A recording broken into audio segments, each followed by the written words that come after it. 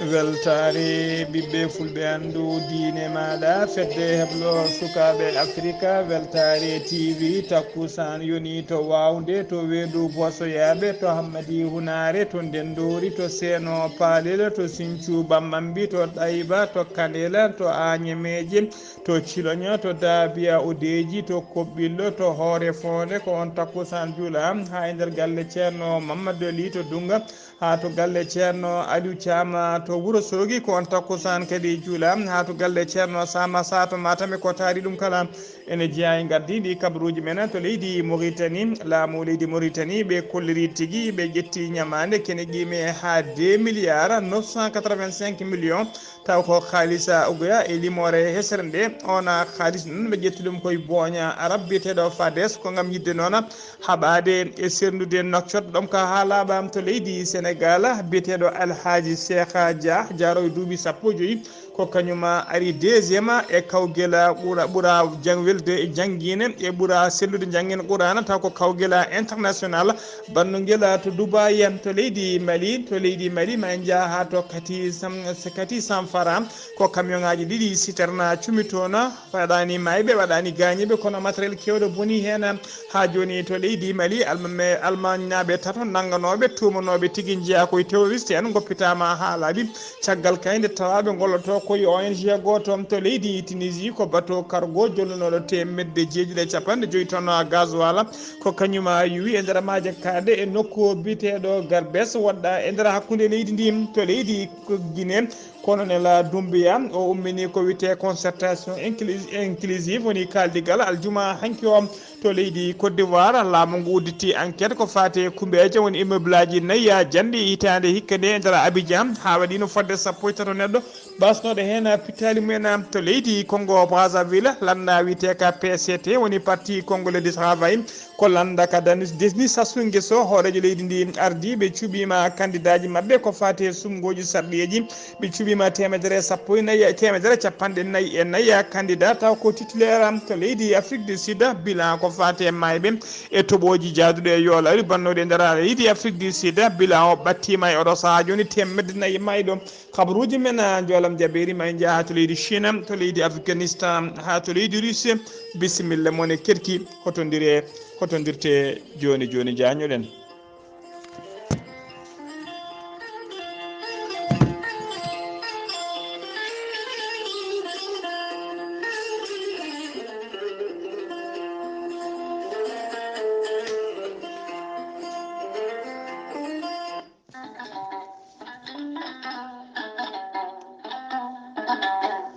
musidɓe tedduɓe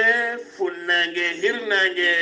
rewoye worgo sahale ɓaleri jam koye are meɗen jam garɗo e men woni gorel teya ko haako moƴƴo iwru ko en to koridinoro ari ko wallude e safrude ha moni kala yiito hen hoore muɗuma gorel teya ko haako moƴƴo ko ala rewan a wulna ndiyam ma ha wula guitta hen ko jamirɗa mbaɗa hen aɗa yara aɗa yiito hen hoore maɗa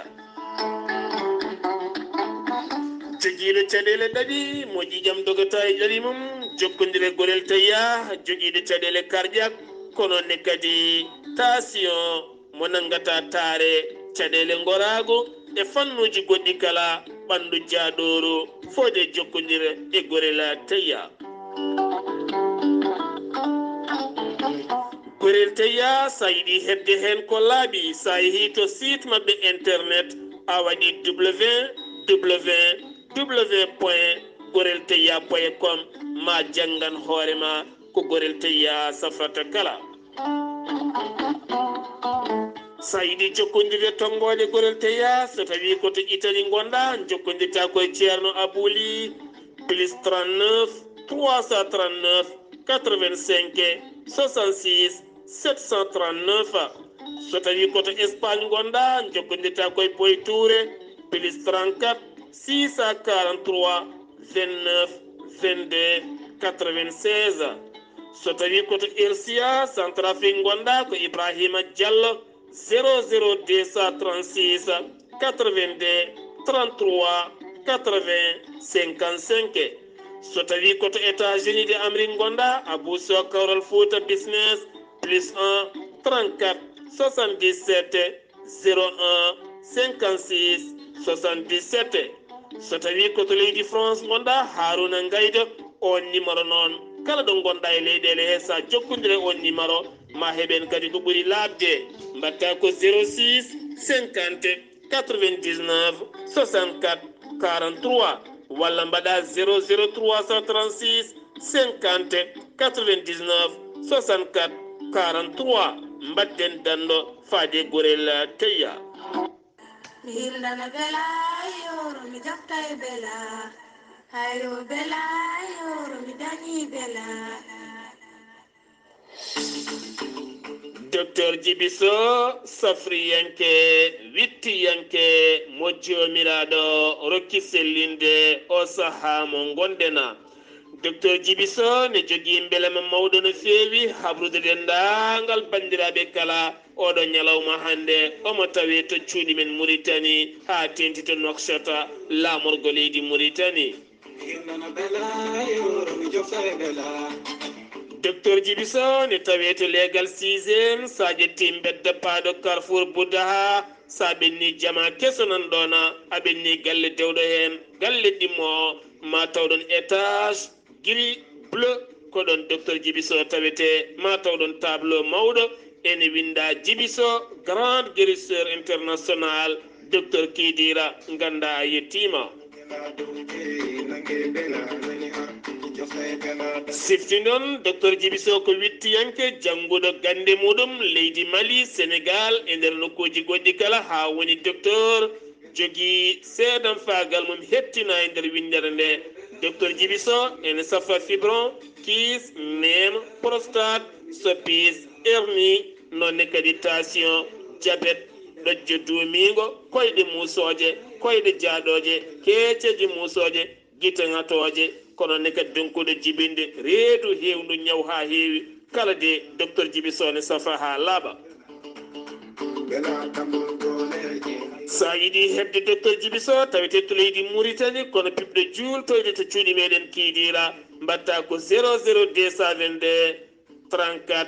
83 26 89 00222 31 27 79 57 so tawi ko numéro ji makko WhatsApp leydi Sénégal 00221 77 244 92 81 so tawi ko numéro makko leydi Mali WhatsApp 00223 70 85 72 47 docteur Djibiso wi Mauritanaɓe ngare law komi jultoyowo leydi Sénégal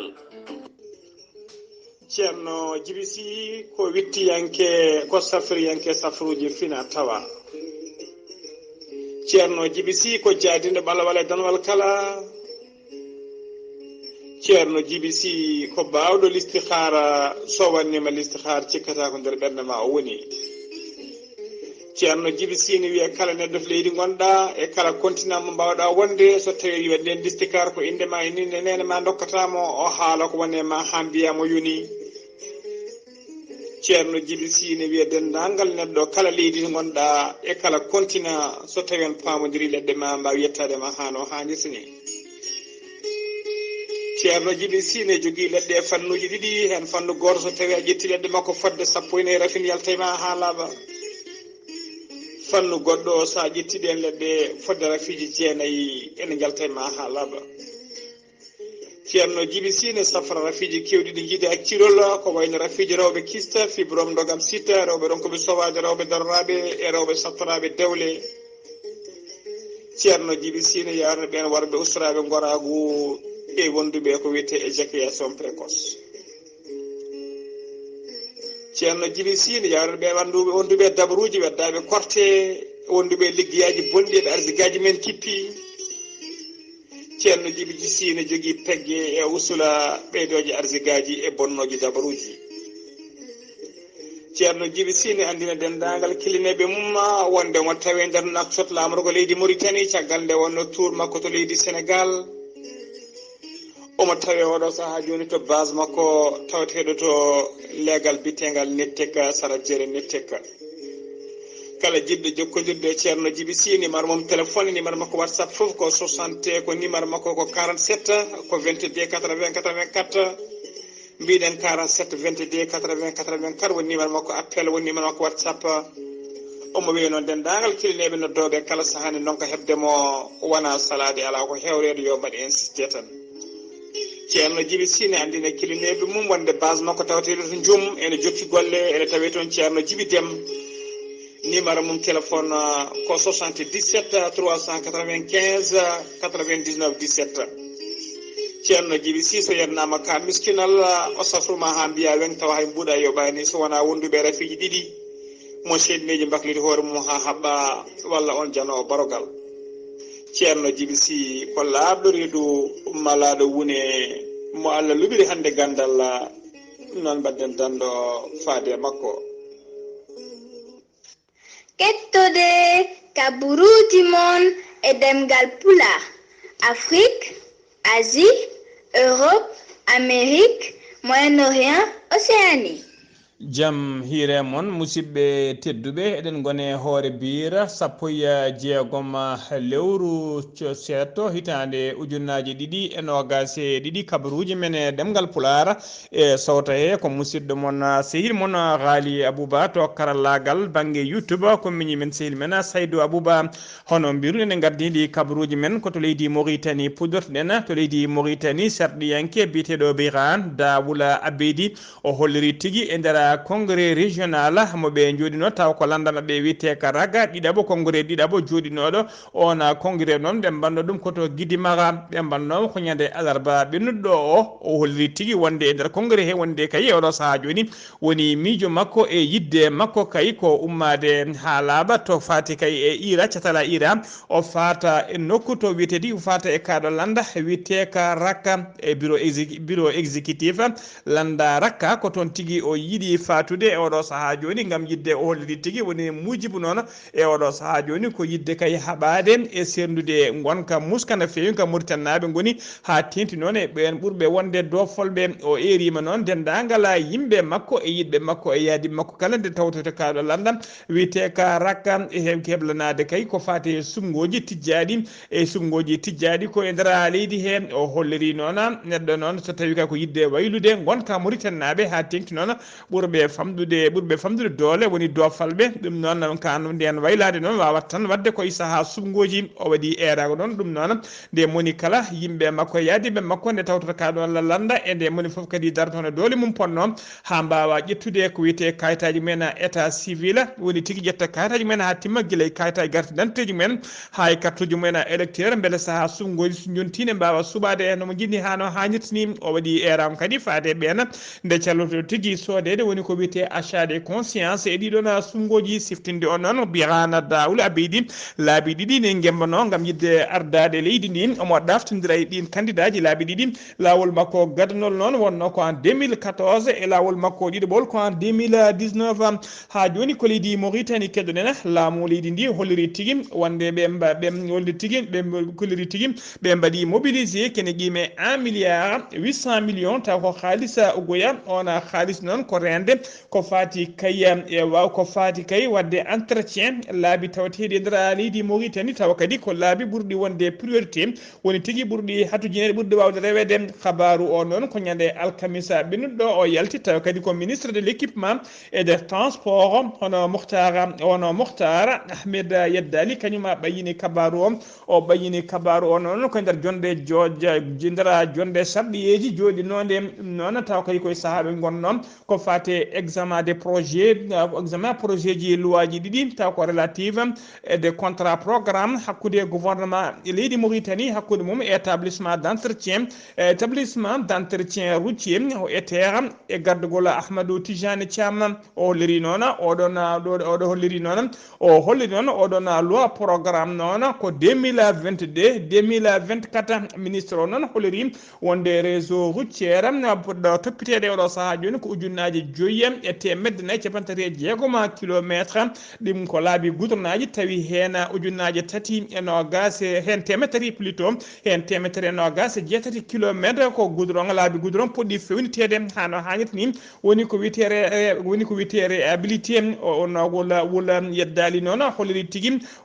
tigui wonde contrat programme ine waɗi kadi nder oɗon contrat programme ne waɗi temedde jeenayyi e capanɗe jeegom e jeeɗiɗi kilométre taw ko laabi ɗin noon wona laabi berkaɗi wona baɗaɗi goudron kono ko laabi joraɗi hano hannirta ni wonɗum noon e holliri tigui wonde oɗo programme hikka omo ɓeydi kene qime ha 7% par rapport au réseau routière bitime ha joni ko leydi Mauritanie keddoɗen ministre de l'action des affaires sociales de l'enfance et de la famille hono Savia Mintou Taha o joddima aljuma hanki o to Nouakchott e nder bureau ji makko e délégation tawi ko délégation timmuɗo tawi ko délégation des fonds des Nations Unies pour la population woni tigui délégation des Nations Unies daraniɓe kay ko fati population ardi délégation noon ko directrice régionale fedde nde hono kalfinaɗo banggue Afrique de l'Ouest hono biyeteɗo madame Argentina Matavela ɓe jewtidi noon ko juuti ko fati fannuji ɗiɓe kalfinaɗi ha tenti noon ɓe kaali ko fati kay eno ɓe poti wadde beele kay ɓe mbawa wallude rewɓe ha tigui mbawana koye mumen woni ko wiyete autonomisation des femmes ɓe kaali kadi ko fati kay e ummade ustade kay ko fati e mayɗele rewɓe sowtoɓe jibinoɓe kala saaha wasoɓe pittali mumen e jibinirgol ɓe kaali kadi ko fati peeje poɗɗe ƴettede ha ko fati violence woni tigui torlugol e pigol pille rewɓe ene natta ha laaɓa walla en usto ha laaɓa e nder leydi he ha joni kabaruuji men ta joni noon ene tawtora nden jonde noon secrétaire général ministère o e wondude conseillère chargé des familles et de la population wondude de la population de la promotion de la femme e wondude conseillère kalfinade ko fati communication e wodɓe ha joni ko leydi Mauritanie keddoɗen gouvernement mo leydi Mauritanie waɗi examiné e teɓe kawri projet de loi ko fati kay e sécurisé woni tigui tengtinde e approvisionnement e addude ndiyam ha timma e nder wuuro Nouakchott ko ndiyam labɗam ndiyam jarteɗam on loi noon koɓe ƴettuɓe ñamade yidde ƴettude ñamade tawa ñamade ko 2,985 milliards emery woni haalisa goya e limore hesere nde tawi kadi ko bogne biyeteɗo fonds arabe ko bogne biyeteɗo fonds arabe pour le développement économique et social woni FADES kañum ñamlata leydi ndi oɗon haalisa on haalis foof noon ko fati kay haɓade Nouakchott no sertire donc ha laaɓa ɓe kawri noon ɗum koye nder araño jooɗinoɗo ñande jagorɗo jooɗinoɗe ñande alarba ɓennuɗo oɗo projet noon ko ɓeydude kay e garɗinde ko fati e nappata ko nappa biteɗo phréatique mo idine tawateɗo to idini tawi kadi eɓe mbaɗa réseau eɓe ɓeyda ɗino réseau ji noon ɗiɗo eɗo saaha joni taw ko réseau ji tawa ɗiɗon réseau ji noon jarnoji Nouakchott ummoriɗi fleuve du Sénégal mbaɗaɗi tuwoji ha nder Nouakchott beele kay ɓe mbawa wadde connecté e réseau mo idino hano hannirta ne wawa garditinede beele kala saaha so tawi kay oɗon réseau e oɗo saaha joni ummiɗo to fleuve Sénégal so tawi paani walla heeɓi caɗele wuuro Nouakchott ngo ne wawa hutorade hano hannirta ni oɗon réseau ummotoɗo to idini ha joni kabaruuji men ɗemngal pulaar sen ummima to leydi Mauritanie koto leydi Sénégal paaɗen to leydi Sénégal noon ko adi nata leydi Sénégal en teska tigui oɗo saaha e kala saaha yimɓe ne jogo caɗele no fewi ko fati yidɓe maade jiidi kalisaji men ñaame ɗum noon kala jiɗɗo oɗo saaha joni mahanede nder leydi Sénégal kettoɗen oɗo publicité ma keɓen ko sahaba keɓen ko laaɓi tawa kadi ko publicité biteɗo SA2A.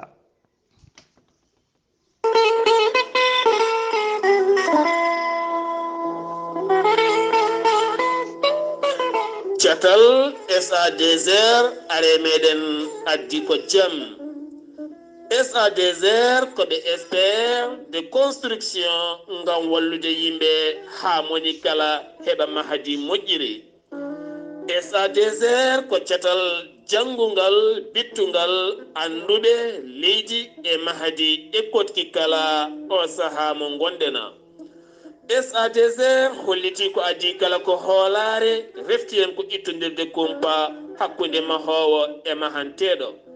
SA2R holliti ari ko momtude gondi warande ɓen funtaɓe jamfaɓe ngalluji mumen daha caggal nde jinno mahade koɗorɗe mumena.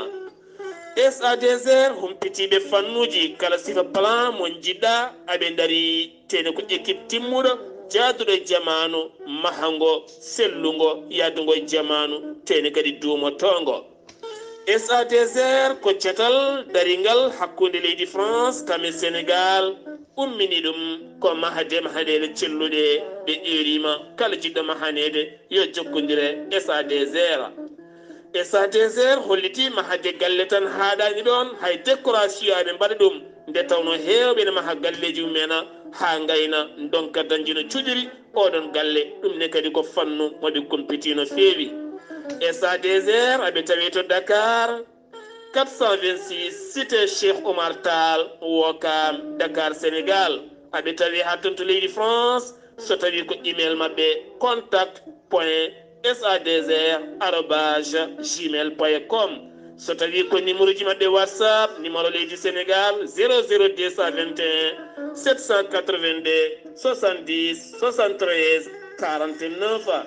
walla mbaɗa 00336 24 44 09 10. musidɓe tedduɓe SADSR ari ko wallude en ha dañen koɗorɗe celluɗe. SADSR ko wallude kala jiɗɗo mahanede ha wawa mahanede hano hannirtini ha joni ko leydi Sénégal keddoɗen Sénégal naɓe ine duka deƴƴani ene goya deƴƴani ko fati e oɗon suko debbo basnoɗo fittade mum e saaha kay wonno jibinde e nder hôpital régional Amadou Chakir Mbaye mo Louga hollirama noon joni kadi ko caɗele goɗɗe tawtiɓe ɓen fasoɓe tawa ɗum noon ɗum waɗi ko nder oɗo hôpital biteɗo hôpital Philippe Maguilen Senghor mo Yoffam to noon hollirama ko debbo goto tawa kadi ko debbo koɗo jeeyaɗo to leydi Niger gonnoɗo tigui e jibinde holliri noon on debbo noon holliri caggal nde jibini o jibini tigui funeɓe ɗiɗo ndewon funeɓe ɗiɗo ndewon woni deux jumelles caggal nde o jibini noon holliri tigui ko ɓiɓɓeyel gotel woni ko rokka ɓiɓɓeyel keddigel ha e oɗo saaha joni o anda to guela woni e oɗo saaha joni noon ko kaɗo haala kadi woni ko humtorte oɗo saaha joni e nder Dakar ha joni ko nder leydi Sénégal keddoɗen suka Sénégal naajo tokoso jaro e duuɓi sappo e joyyi biteɗo El Hadji Cheikh Dia janoɗo to Dubai tawanawnomo toon ko tawtoriyede e kawguela ɓuura welde janggude qur'ana e ɓuura sellude jangguel qur'ana o heeɓi tigui ngal ɗaftodiral saabu o ari deuxiéme ko kanko ari ɗiɗaɓo noon guel kawguel kadi ko international guel wanno ko to Dubai kanko ari ɗiɗaɓo noon e nder dendagal ɓe o wadduno guel kawguel kala ko aljuma hanki o noon kawguel guel gasi ha laaɓi kanko El Hadji Cheikh Dia noon mbiɗon yara duuɓi sappo e joyyi o janggata qur'ana ko nder daara goto tawteɗo to Touba Macky Sall hoorejo leydi ndi nde nani kabaru o holliri hen weltare mum mawde no fewi e helde mum tutere waɗimo hen félicité doni momo yumo yo jogor jaam holliri hen kadi weltare mum mawde no fewi ha joni ko leydi Sénégal keddoɗen Abdoulaye Diouf Sarr ko jagorgal kalfinaɗo ko fate Cellal aade kañum e gollidiɓe mum ɓe mbaɗinoɓe kewatde kala subaka so huccidde ɓesgu leydi ndi andinde ɗumen biletede santé to coronavirus yarata e nder leydi he aseta hannde o noon ɓe kolliri wonde nder waktuji nogas nayyi cakkitiɗi ɗi ko ujunere capanɗe joyyi e yimɓe jeegom woni holkisanoɓe e nder holkiso he noon hen yimɓe ɗiɗo tawama e jaati ko fiɗaɓe covid sappo e jeenayyi ɗiɗo ɓe kala ko contact ko communautaire tato kefti cellal mumen goto ne tampi sanne hay goto noon ala mo rafi o yooɓi fittade mum leydi Sénégal ene yara e oɗo saaha joni capanɗe jeetati e joyyi ujunere temedde jeenayyi capanɗe jeegom e yimɓe jeeɗiɗo winditiɓe doggollo hen capanɗe jeetati tati ujunere temedde jeenayyi capanɗe jeeɗiɗo e jeenayyo kefti cellal mumen hano hannirta ni ujunere temedde jeenayyi capanɗe jeegom e yimɓe jeeyo ko ɗum woni ko hawre ladial tugui ko rafi o naati leydi ndi faade oɗo saaha joni ɓe kolliri ɗon ñalawma hannde o ko hedde juuɗe safroɓe e nder jokki leydi he kala koɓe nogas e ɗiɗo neɗɗo leydi Sénégal tuggi kadi ko ñakko ngo naati ɗin taw ko ñakko haɓade covid sappo e jeenayyi faade ñalawma hannde o ko fuɗɗi ƴettude ñakku mumen ko ɓe million e temedde nayyi capanɗe jeegom e nayyi ujunere ne fawi capanɗe jeenayyo e yimɓe tato ha joni ko leydi Sénégal keɗoɗen yiyana ha to Thiaroye Guédje brigade de douane ɓe Thiaroye Guédje ɓe kolliri tigui ɓe pawi juuɗe mabɓe Sénégal na sagataɓe ɗiɗo Sénégal naɓe ɗiɗo taw ko dartonoɓe ko fate wadde trafic médicament ji ɗi moƴƴani woni faux médicament ɓe nanggama noon kamɓe médicament maɓe kala jaru médicament maɓe tawra noon taw ko fo médicament ene guime tigui ha 546 millions woni temedde joyyi capannayyi e jeegom millions taw ko franc CFA ɓe kolliri noon foof noon ɓe tawi ɗum koye sappo e jeetati colis eɗi mbani tigui eɗi mbaɗa capanɗe jeegom e jeeɗiɗi sac e carton e kanji foof noon ko faux médicament ɓe nangga noon ko sanga 4 heures jamma e nder maayo to ɓe mbiyata Thiaroye Guédie ha joni ko leydi Sénégal keɗoɗen to leydi Sénégal jeena ha to Ziguinchor kettoɗen musidɗo men Amadou Keɓe jaam ñalle man. Assalamu aleykum moɗon bandiraɓe Weltaare TV, on calminama, on juurama, on ñagama duwaw, on naldama duwaw. kabaruuji garanen ɗo e nder Ziguinchor e ko taari Ziguinchor ɓuuri hannde matidade ko balle ummotoɗe e laamu ina feewi to e Sindian e diwan Sindian. ina wayno ha joni balle ɗe ne jokki hanki, ina wayno kadi balle ɗe dokkirama nde wonno ko yalti toon gila ɓe tuggi e habde Salif Sadio fodde temedde tato neɗɗo eko fawi galleji mumen ina pusi, ɓe natoye Gambi, ɓene natoye Bignona, ɓene natoye Oussouye, ɓene natoye to e nder Bissaw. so tawi numima ɗo eɗen gandi diwan Sédhiou ɓe mbi kamɓe de ɓe beltima e arme ɗe. ina wayno ɗiɗo duuɓi jeenayyi ɓe jahani ladde fewde guese mabɓe. ɗeɗo guese noon ko guese biyeteɗo darkas. ina wayno hutortono tan ko joguiɓe armé ɗe ɓen kutortono guese ɗe. kilo darkas ina jarano temedere. darkas noon so tawi a haalanama ɓesibade kono guerte ni. joni noon ɓe puɗɗima yaade, ina wayno hewɓe ɓe ngalano liggeyaji ngalaɗo jagguno. a yahata kalda e joom guesa aɗa hocca nde wonno ɗum samata subaka fof, ɗum samata wala ko samde. so fini kadi waɗa ko fodde deedi tati ina dewdiri leɗɗe ɗe. ɗum kocca sa hocci joom guesa mbawi ɗum. joni noon ɓe mbi ko kilo eɓe jiiɗi yo haale ɗo foti darade, ko enje en noon keewi sodde ɗum. so tawi enje ɓe ngari noon kono laamu ngu ne jogui wiya hikka ko ɗum ɗo kilo jarata. Bissaw ne ko woni Sédhiou ko ɗum woni Bissaw.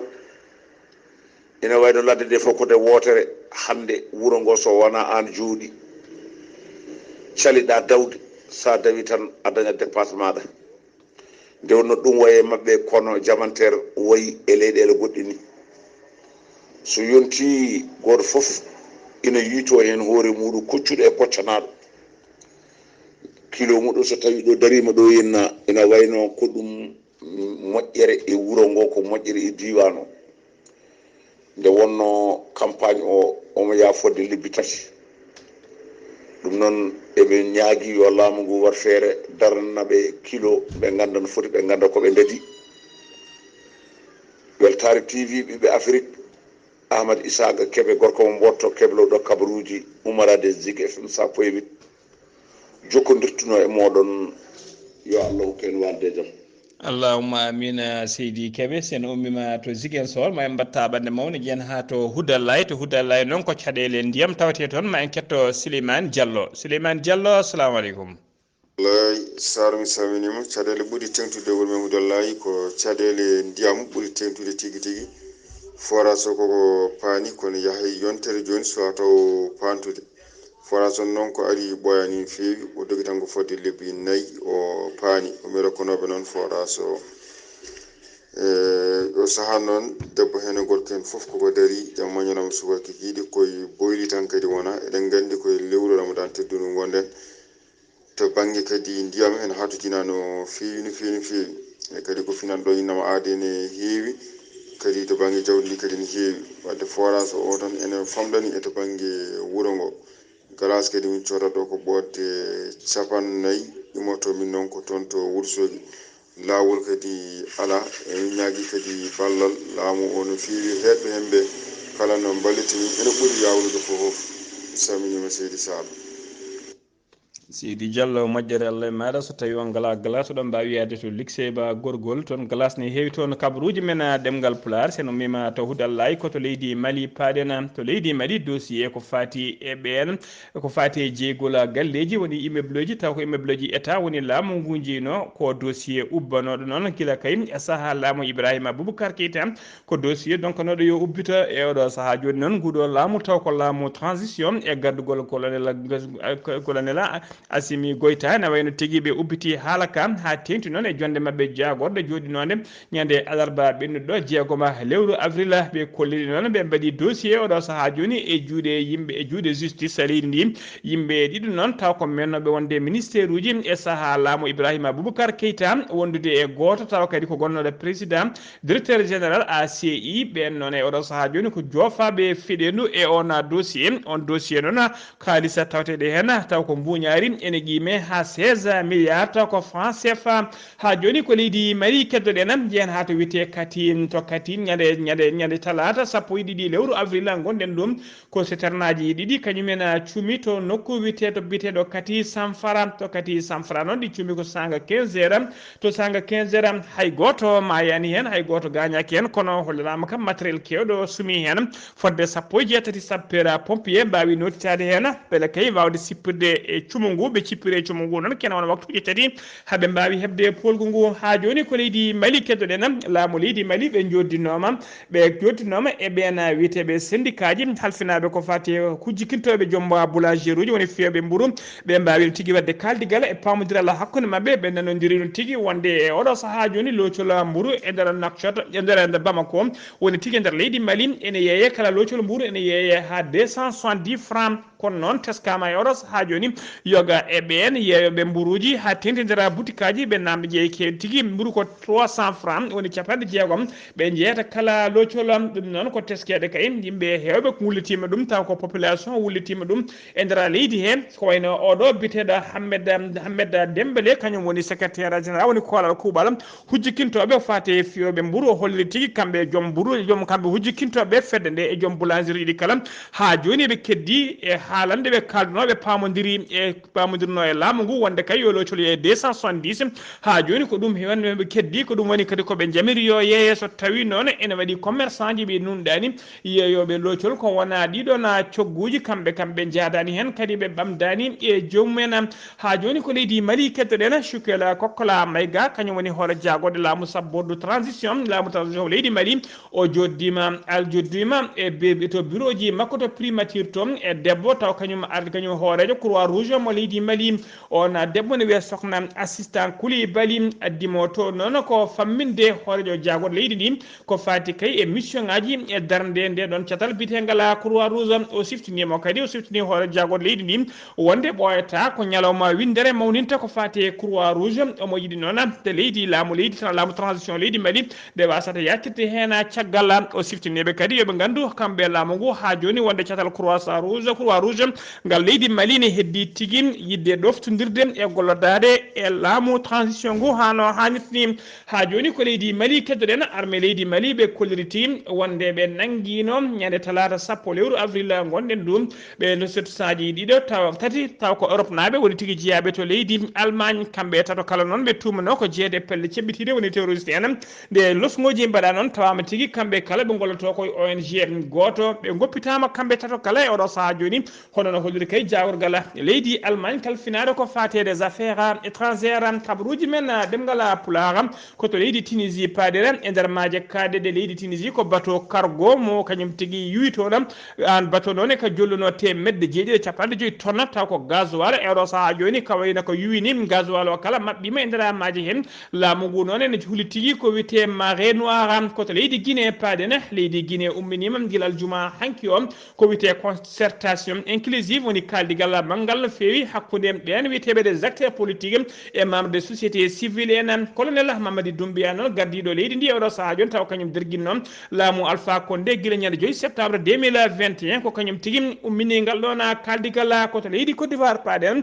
laamu leydi Côte d'Ivoire ɓe kolliri tigui wonde ɓe udditi losgoji jaaƴi no feewi wonande kay ɗiɗon immeuble aji 4 jande hitande hikka ndiyam e nder Abidjan ha waɗino fodde sappo tato neɗɗo mayɗo waɗino kadi yimɓe hewɓe barmuɓe hen ɓe kolliri noon e nder ndera lotkoji he yimɓe hewɓe puɗɗima teɓede koto kongo brazzaville paɗen PCI woni parti congolais de travail PCT ko parti congolais de travail woni tigui landa kadani Sassou Nguesso ardi landa laamu ka ɓe kolliri tigui ɓe oɗo saaha joni ɓe cuɓima dendagal biriji mabɓe jogoɓe geɓɓanade ɓe sumgoji sarɗoyeji leydi ndi ɓe cuɓima temedere capanɗe nayyi e nayyi candidat ɓen ko titulaire wondude suppléant ji mumen kewɓe cuɓama e oɗo saaha joni hay sinno kay ñalawma ko fati e ñalawma vote o suwa taw ñalawma o suwa andere woni date o suwa taw nanguede haɗani kam kamɓe ɓe cuɓima biriji mabɓe koto leydi Afrique du Sud paɗena leydi Afrique du Sud heeɓino toɓoji kewɗi ndiyam no fewi jaduɗe e yolayru ha tengti noon e région biteɗo Durban woni tigui to Kuluzum to KwaZulu Natal bila mayɓe noon ɓeydima no fewi oɗo saaha joni ɓattima temedde nayyi saabu kay ɓe kolliri ñalawma hanki o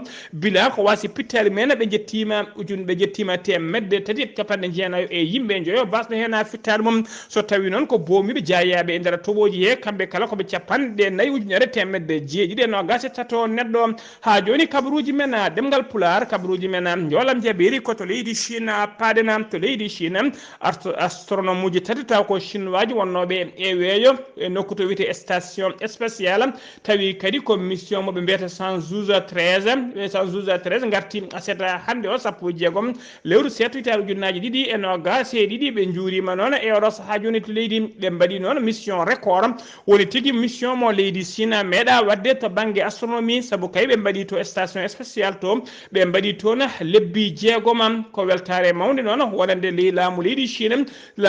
e oɗo saaha joni jiɗɗo wadde taɓande mawde no fewi heftade dowlaji dentuɗe Amérique heftade Europe e heftade leydi Russie kala e oɗon ndin mbaadi e kolliri noon oɗo mission taw ko temedere capanɗe jeetati e tati ñalawma woni lebbi jeegom moɓe mbaɗi ɓe kolliri tigui ko record mawɗo no fewi saabu kay record mabɓe cakkatiɗo moɓe mbanno ko balɗe capanɗe jeenayyi e ɗiɗi on record noon ɓe mbanno ɗum tigui koye station moɓe mbiyata 112 équipage o noon koɓe tato chinois ji kamɓe tato kala koɓe koninkoɓe taw ko biltaji armé hen goto ko commandant kedde ene yaara duuɓi capanɗe joyyi e joyyi goɗɗo o ko debbo ene wiye Wang Yung ene yaara duuɓi capanɗe nayyi e ɗiɗi tataɓo o noon ɓurɗo famdude duuɓi o ene wiye ye waggan fo e yaara duuɓi capanɗe nayyi e goho koto leydi Afrique du Sud paade tan ko famdi kala yimɓe jeegomo basi pittali men mbarama e teɓe en jeegomo hen joyo ko sukaɓe goto ko debbo kamɓe wariɓe noon ko armée leydi Pakistan kañuma wedde mabɓe bombe mo hinde roquette sarakkerol hakkude leyɗele leydi ɗi seftinde on noon tugui kay ko leydi ko taliba en kepti laamu e nder leydi Afghanistan faade oɗo saaha joni tekkere ne surka hakkude mabɓe e laamu Pakistan ha tengti to banggue kerol koto leydi Russe paade nan laamu leydi Russe holori aseda hande o wonde kay premier ministre leydi britannique ono Boris Johnson e yimɓe hewɓe taw ko o responsable tawteɓe laamu britannique e oɗo saaha joni koɓe personne non grata woni tigui ko yimɓe haɗaɓe waɗaɓe interdit nannude koyɗe mumen e nder leydi Russe ɗum noon ko caggal kay nde leydi britannique ƴettuno sanction ngaji musde fewi faade e leydi Chine faade e leydi Russie ɗaccon haqqe musidɓe tedduɓe gasi ha laaɓi ceerno ko ɗum ɗo wonno ko tonguɗen kabaruji men ɗemngal pulaar ɗo e habridde he ko musidɗo moon sehil moon Ghalii Abuu Bah to karallagal ko miñi men sehil men Saydou Abou Bah ketki malaki jaam yo jaam Allah jogomi jogo on kettode kabaruuji mon e ɗemngal